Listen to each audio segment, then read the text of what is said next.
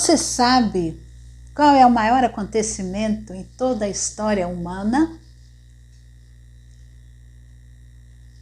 E você sabe o significado e importância da pessoa de Jesus para esse mundo? E como isso deve nos levar, nos conduzir a um relacionamento mais próximo, mais íntimo com o Salvador, baseado num conhecimento mais próprio dele? Jesus Cristo é, em todos os sentidos, a pessoa mais importante que esse mundo já viu. Infelizmente, vivemos num tempo em que a importância de Jesus Cristo tem sido atacada de todos os lados, de todas as maneiras. E também é verdade que muitos não entendem o real significado, o real sentido, porque Jesus veio a esse mundo. Por isso é importante nós estudarmos a vida de Jesus e, com a ajuda do Espírito Santo de Deus, com a sua palavra, vamos procurar entender a importância e o significado da vinda desse evento, a vinda de Jesus para o mundo. Em Gálatas capítulo 4, versículos de 1 a 7, o apóstolo Paulo ele vai trabalhar a influência, ele vai falar sobre a influência e transformação que Cristo trouxe ao mundo com a sua vinda. Ele diz sobre a nossa filiação em Cristo: digo, pois, que durante o tempo em que o herdeiro é menor, em nada difere de escravo, posto que é ele senhor de tudo, mas está sob tutores e curadores até o tempo predeterminado pelo Pai. Assim também nós, quando éramos menores, estávamos servilmente sujeitos aos rudimentos do mundo.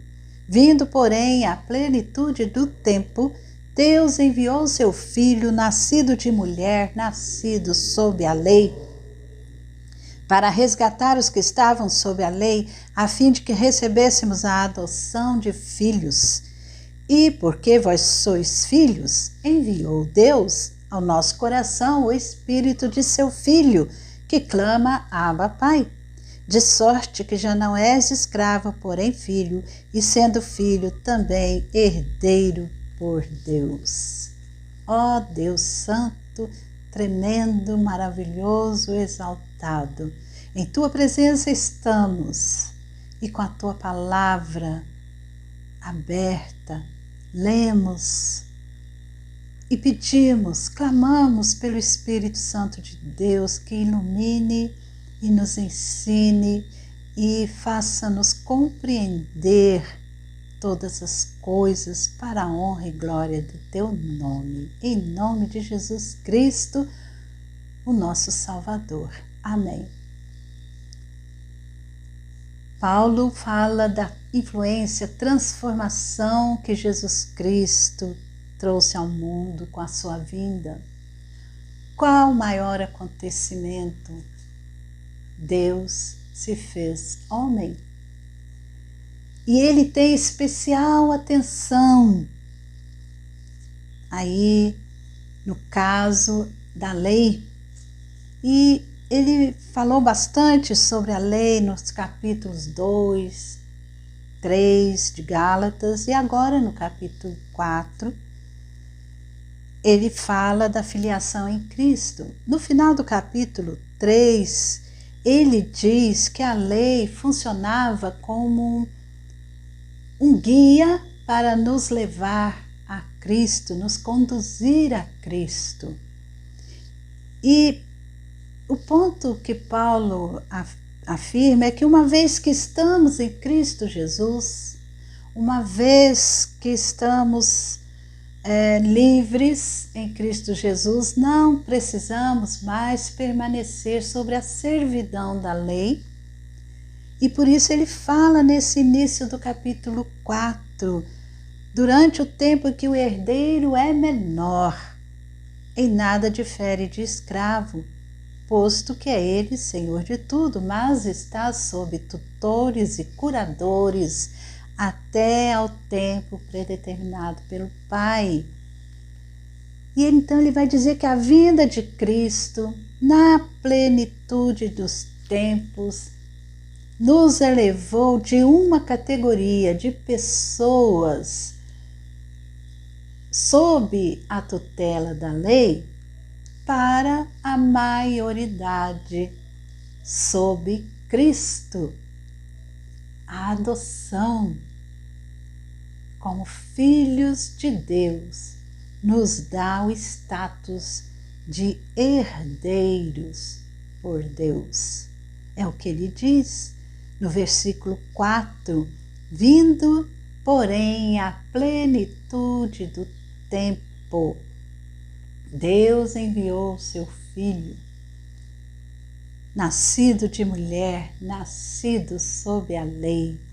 Jesus Cristo causou um impacto inigualável na história do mundo.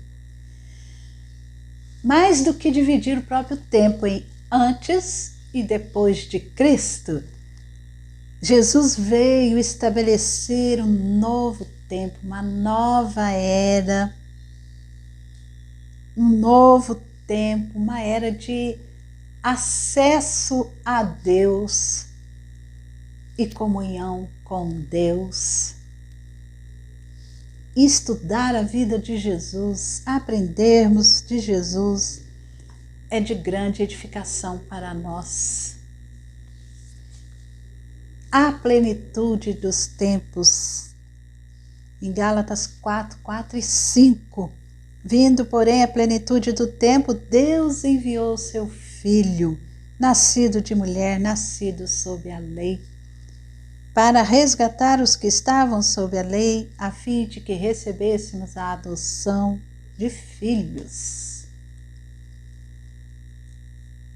Os antigos contavam o tempo como fosse assim um recipiente onde iam gotejando as horas, os minutos, as horas, os dias, as semanas, os meses e anos.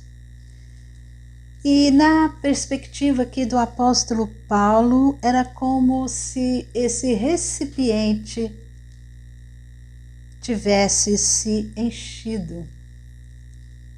E quando esse tempo se encheu, Deus enviou seu Filho. A plenitude do tempo, Deus enviou seu Filho. Ele esperou o tempo do mundo, Cronos, sob o qual nós vivemos, literalmente se encher.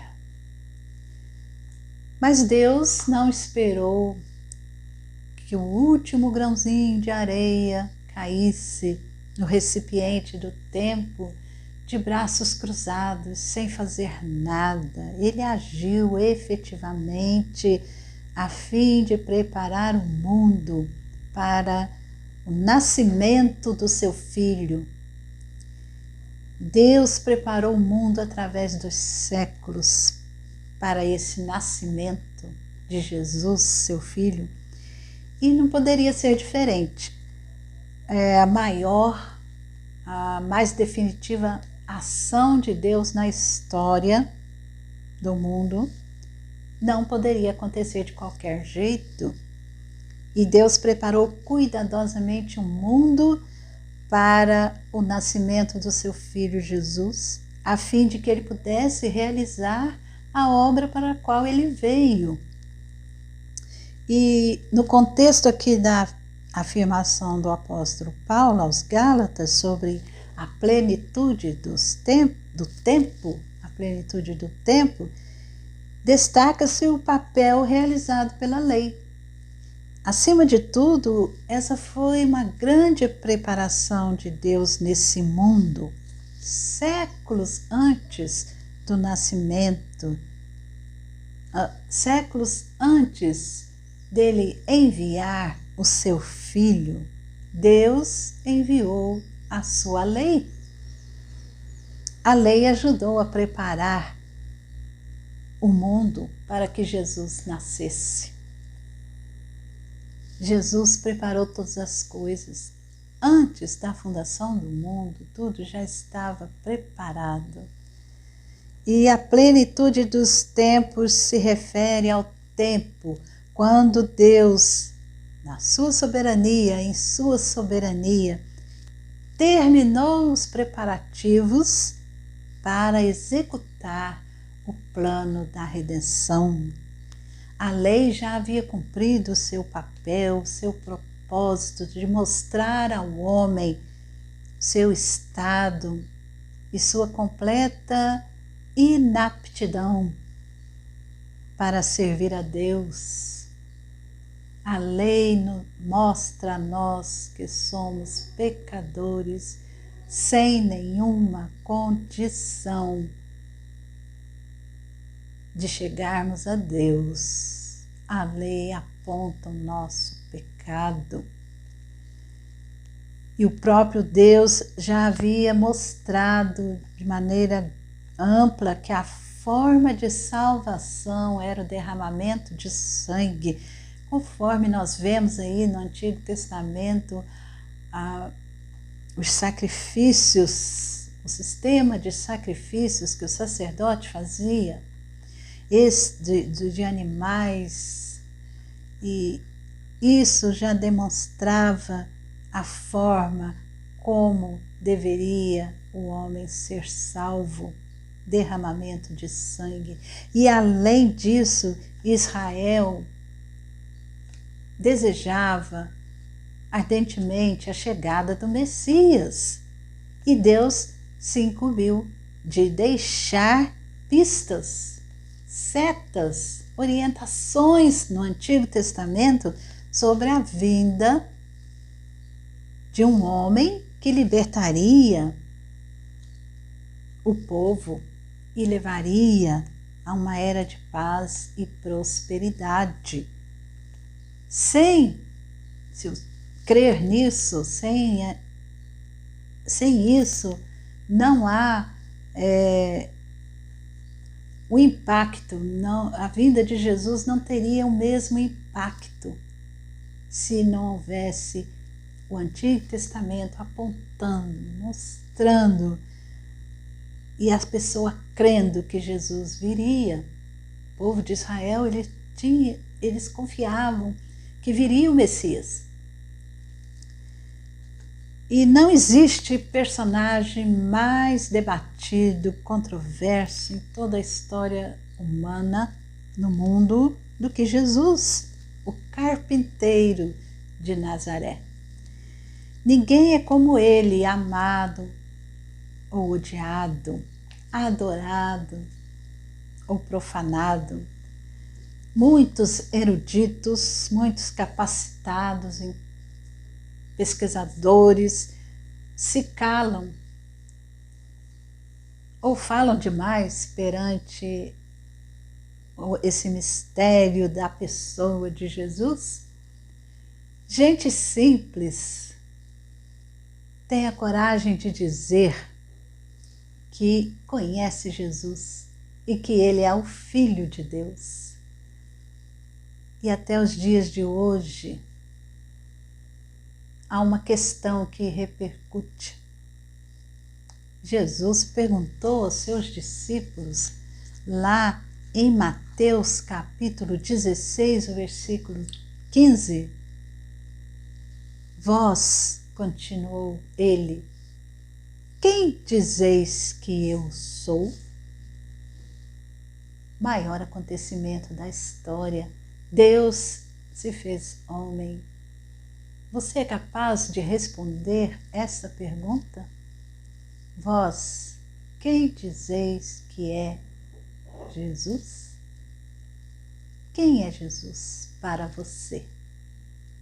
Quem dizeis que eu sou? Perguntou Jesus. E hoje ele continua perguntando a você. Vós, quem dizeis que eu sou? Até a próxima!